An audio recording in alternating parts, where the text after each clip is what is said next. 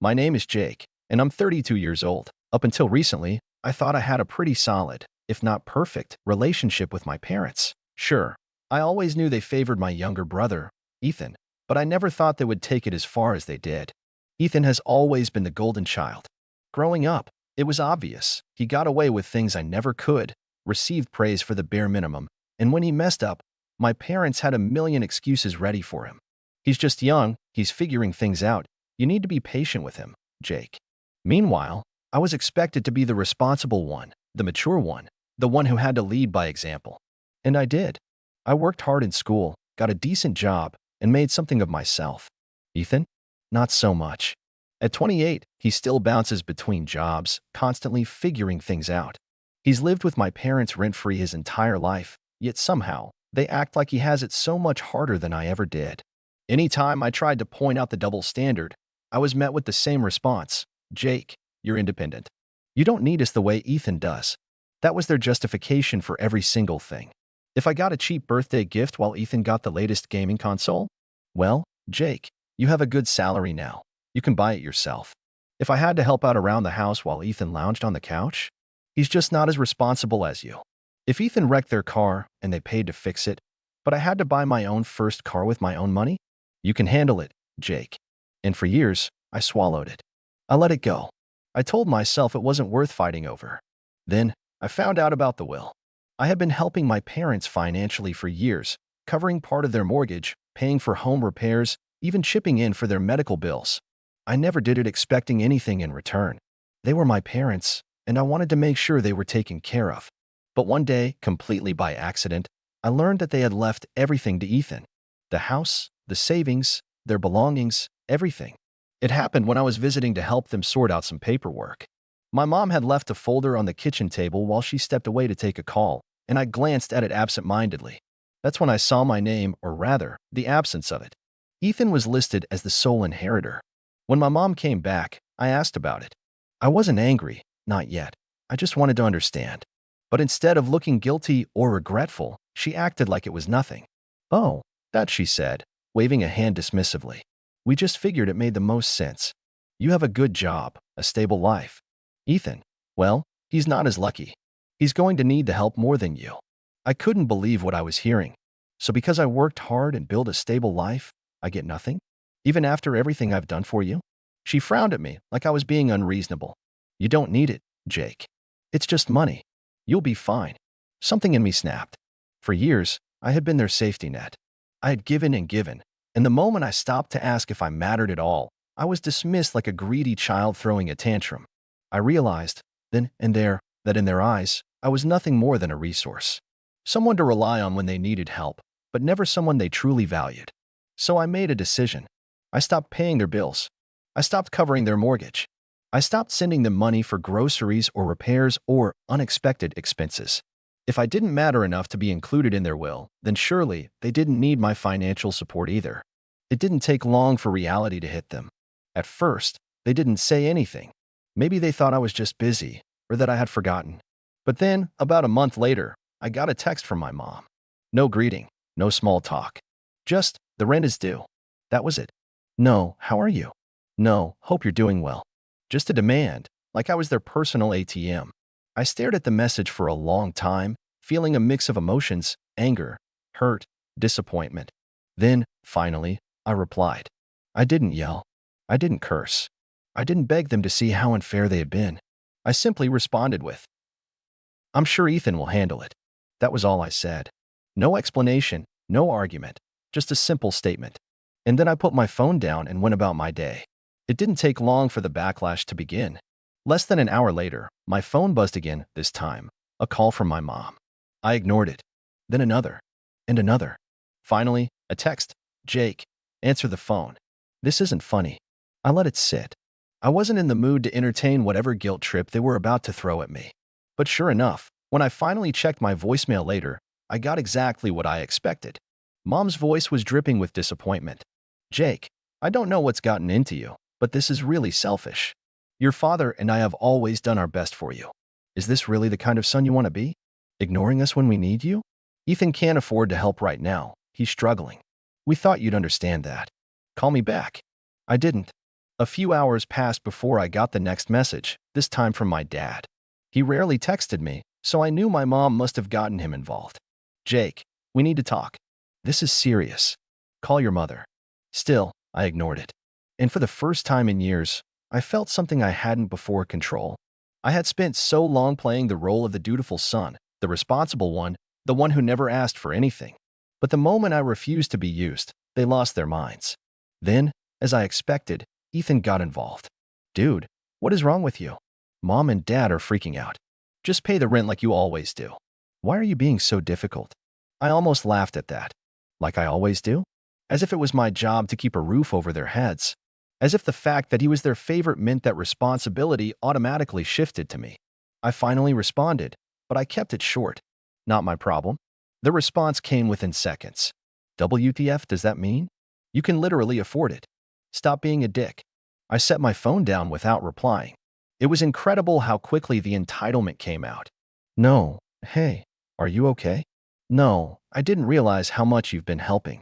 Just immediate anger that I wasn't keeping the ship afloat for them. I expected more texts, maybe a few angry voicemails. But what I didn't expect was what happened next.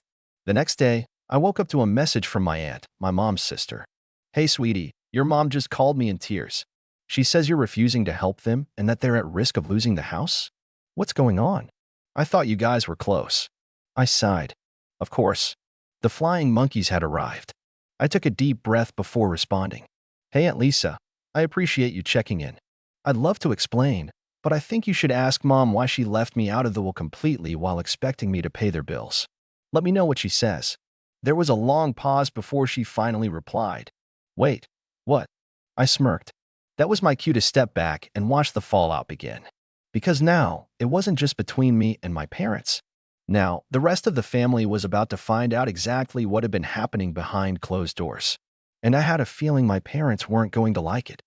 Aunt Lisa didn't text back right away, and I figured she was either trying to get the full story from my mom or just processing what I'd said. Either way, I wasn't going to chase after her for a response. Instead, I went about my day, enjoying the rare peace that came with not being at my parents' beck and call. But that peace didn't last long. By the afternoon, my phone lit up again. This time, it was my mom. How could you say that to Lisa? This is a family matter, not her business. You're making us look bad. Ah, there it was. Not we're sorry. Let's talk about this. Not I didn't realize how unfair this was to you. Just pure outrage that their actions were now being questioned by someone else. I waited a few minutes before responding. It became her business the moment you dragged her into it. If you don't want people knowing what you did, maybe you shouldn't have done it. That shut her up, at least for the moment. But then Ethan chimed in again. Mom is literally crying right now. Do you feel good about that? Do you feel good about making your own mother cry? I stared at the text, shaking my head. The manipulation was so blatant it was almost funny. Almost. If she's crying, it's because she's realizing that actions have consequences. Not my problem. I sent it, and this time, Ethan didn't respond right away. Maybe he was running back to Mom and Dad, feeding them my words so they could all sit together and fume about how awful I was. Meanwhile, I was starting to realize just how much weight had been lifted off my shoulders. For years, I had been the responsible one, the dependable one, the one who picked up the slack when my parents coddled Ethan and let him skate through life without consequences. And what did I get for it? Nothing. Not even an acknowledgement in their will. I'd sacrificed vacations, nights out, even put off buying a home of my own because I was always helping them out. And they never once appreciated it. I was done. A few hours passed, and then my phone rang again. This time, I answered, because it was Aunt Lisa. Hey, I said, keeping my voice neutral.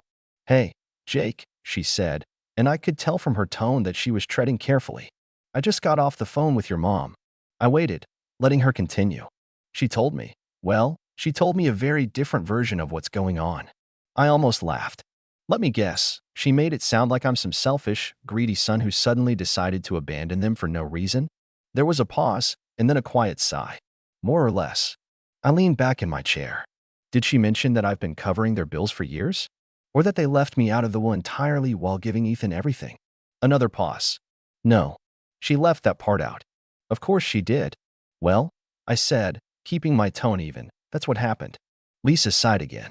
Jake. I had no idea. I really didn't. And honestly, I don't blame you one bit. That surprised me. Really? Of course. Look, I love your mom, she's my sister, but she's always played favorites with Ethan. And I hate to say it, but I think she just assumed you'd always be there to clean up their messes. That you would never say no. Well, I said, she assumed wrong. Lisa was quiet for a moment. Then she said, so what now?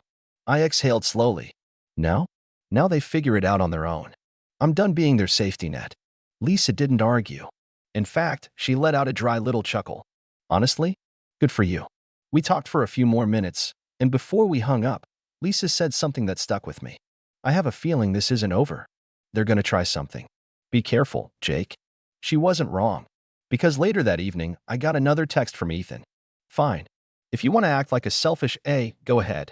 Just don't come crawling back when you realize you messed up. I stared at the message for a second before shaking my head. Messed up? I hadn't messed up a single thing. If anything, this was the first time in years that I was finally getting something right. But Ethan's text made one thing very clear: they weren't going to back down that easily. And part of me was almost looking forward to whatever they tried next. The next morning, I woke up to a pounding on my front door. Not a polite knock. Not even an impatient one. This was the kind of pounding that made you think someone was about to break the door down. I already knew who it was before I even checked the peephole. For a second, I debated just ignoring it, letting them stand out there and fume. But something told me that if I didn't answer, they'd just keep banging until the neighbors complained. With a sigh, I opened the door. Sure enough, there stood my parents and Ethan. Mom had her arms crossed, her face pinched with disapproval. Dad, as usual, stood slightly behind her, like he always did when she was in full attack mode.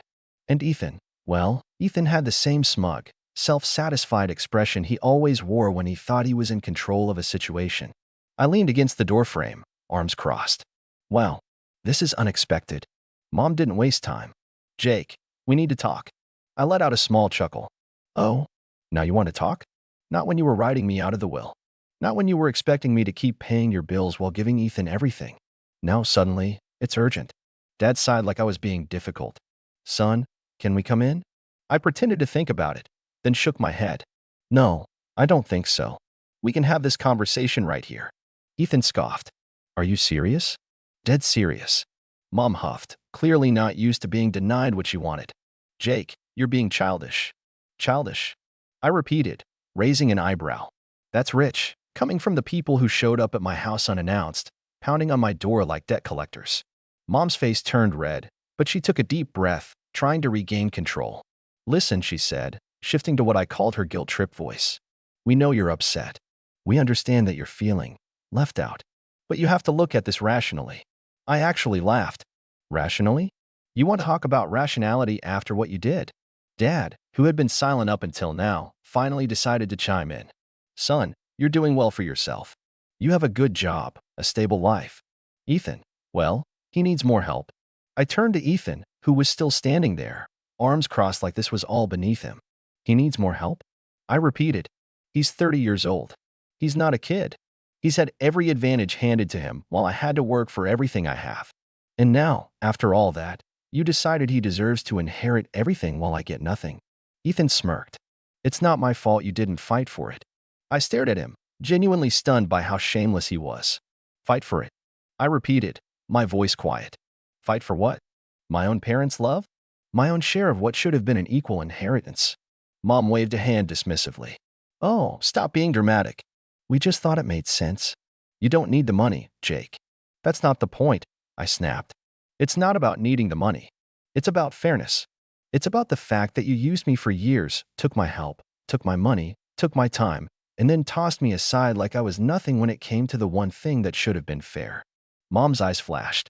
Jake, we are your parents. We raised you. The least you could do is show us some respect. I laughed, a short, sharp sound. Respect? You want respect when you've shown me none. Ethan rolled his eyes. God, you're so dramatic. You're seriously throwing a tantrum over this? You're acting like you're some poor, struggling victim. I turned to him, my voice ice cold. You're really one to talk about struggling, huh? When's the last time you had to work a full-time job without mom and dad bailing you out? Oh, wait. You never have. That wiped the smug look off his face. But before he could fire back, Mom cut in again. Enough, she snapped. Then she took a deep breath, smoothing out her features. Look, Jake, this is not how I wanted this conversation to go. But the reality is, you're family. And family takes care of each other. I could practically hear the trap she was setting. Oh, I said, not giving her anything. She sighed, as if this was exhausting for her. The mortgage is due. I tilted my head. And, and we're a little short this month. I couldn't help it. I actually laughed. Are you serious? After everything you just said, after standing here defending your choices, you're still asking me for money. Mom's lips pressed into a thin line. Jake, we're asking you to do the right thing. There it was. The manipulation. The guilt tripping. The expectation that no matter how badly they treated me, I would still come running when they needed me. I took a deep breath, looked each of them in the eye, and said, "No." Mom flinched like I'd slapped her. "Excuse me." I said, "No." I repeated, my voice steady. "I'm not paying a single cent. Not now, not ever again." Ethan let out a low whistle. "Wow, so that's it, huh? You're just gonna let your own parents lose their home over some petty grudge?" I stared at him. "You live there too, don't you? Maybe you should step up and pay for once in your life." His face darkened. "You're selfish, Jake." Mom, however, wasn't done. "Jake," she said, her voice dangerously low, "do you really want to do this? Do you really want to walk away from your family over money?" I met her gaze without flinching. "That's funny," I said, "because from where I'm standing, you walked away from me first." She opened her mouth, but I didn't let her speak. "You made your choice. You chose Ethan. You chose to leave me out. Well, now I'm making my choice. And I choose to be done." I stepped back and, without another word, shut the door in their faces. For a few seconds, there was silence. Then I heard Mom's muffled voice through the door. "This isn't over, Jake." I smiled to myself. No, it wasn't. Because something told me they were about to learn just how badly they'd messed up. I didn't expect them to leave right away. My mother wasn't the kind of person to back down when she thought she was owed something. Sure enough, less than a minute after I shut the door, the knocking started again. This time, louder, angrier. "Jake." Mom's voice was shrill, barely muffled through the door. "You're making a huge mistake. You're going to regret this." I leaned against the door, arms crossed, listening to her rant. Dad, ever the quiet follower, muttered something I couldn't quite make out, probably trying to calm her down. But Ethan, ever the golden child, had no such patience. "You're such a selfish piece of garbage, you know that?" he shouted. "All those years we took care of you." That actually made me laugh. I swung the door back open just enough to glare at him. "You took care of me? That's funny, Ethan. Because I seem to remember working 2 jobs in college while you had Mom and Dad paying your rent. I seem to remember lending you money that you never paid back. I seem to remember bailing Mom and Dad out while you sat around doing nothing." His smug expression wavered, but he quickly recovered. "Well, I was the one they trusted with their estate, wasn't I? Maybe you're just mad that you weren't good enough." I clenched my jaw, inhaling sharply. This is what he wanted. He wanted to get under my skin, to make me react, to make me lash out so that I'd be the one looking like the bad guy. I refused to give him that satisfaction. Instead, I simply smiled. "Good luck with that estate, then. I'm sure it'll be real helpful when you're struggling to pay the mortgage next month." I shut the door again. This time, they didn't knock. For a moment, there was silence. Then I heard my mother's voice, lower this time, but still carrying that same venom. "This is not over, Jake." I smirked. "Yes, Mom," I muttered under my breath. "It really is." The next few days went by in a blur of tension. I expected them to try something, maybe send a passive-aggressive text, maybe get my extended family involved. But to my surprise, nothing came. No calls, no emails, no word from anyone. I kept waiting for the other shoe to drop, but instead, it felt like the world had just shifted. I wasn't constantly on edge anymore. I wasn't hearing my mother's guilt trips or my dad's weak apologies. It was like they had all vanished, and for once, I could breathe freely. Then, 2 weeks later, I came home from work to a small envelope stuck to my front door. It was white, unmarked, with nothing but my name scribbled across the front in familiar handwriting. I tore it open, expecting something passive-aggressive or manipulative, and I wasn't disappointed. "Jake, this is your last chance. You are throwing everything away for pride. Ethan may have been chosen as executor of the estate, but you are still family. Don't make this harder than it has to be. Come to your senses. You'll regret it." No signature, just the same tired threats. I crumpled it up and threw it in the trash without even a second thought. A few more days passed. Then I received another message. This time, it wasn't a letter. It was an email from my mother's address. Jake, I really thought you'd come around. You're the one who always told us family is everything. Now you're turning your back on us. We're struggling. We need you. Ethan's making a mess of things. Please, let's fix this before it's too late. This time, I actually felt a little something, anger. The audacity to make me feel guilty about their mess. To pull that old card about family is everything, when they had chosen Ethan over me from the start. I took a deep breath, then I deleted the email without replying. It was then that I realized something. I wasn't mad anymore. I was just done. And yet, I still hadn't heard from Ethan. He was silent, his arrogance replaced with something more desperate.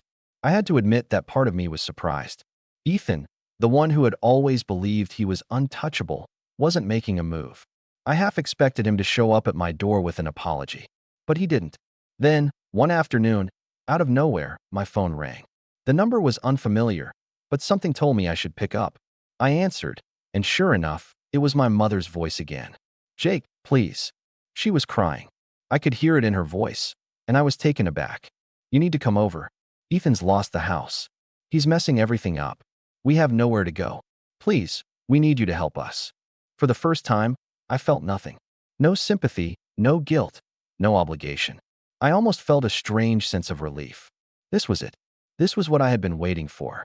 Instead of responding immediately, I let the silence linger. I could feel her desperation across the phone, her need for reassurance, for me to step in and clean up Ethan's mess. But I wasn't about to be dragged back into that cycle of manipulation. No, I finally said, my voice calm. This is your problem, Mom. You've always wanted him to be the golden child, and now you get to deal with the consequences of that choice. You chose him to handle everything. You trusted him. You don't get to pull me into your mess now. She was quiet for a long moment. Then she whispered, Jake, please. I don't know what else to do. I didn't even flinch. I spoke my next words as coldly as I could. You should have thought of that before you decided I wasn't good enough to be part of the family. I hung up. The phone didn't ring again. For weeks, I didn't hear from anyone. But strangely enough, I felt better. The weight of years of resentment and manipulation had finally been lifted. And then one day, while I was at the store, I saw a familiar face in the parking lot. My father. He was walking toward a beat-up car, carrying some bags. I hadn't seen him in weeks. I debated whether to approach him, but something told me that nothing was left to fix. I just turned away, ignoring the way he called my name. That was the last time I saw him. So here I am, a year later. I haven't heard a single word from my parents or Ethan. Part of me wonders if they're still struggling. Part of me wonders if they ever realized what they did wrong. But honestly, I'm okay. Maybe, for once, it's time for me to take care of me. So, Reddit, what do you think? Did I go too far? Should I have tried to fix things instead of shutting them out? Let me know your thoughts.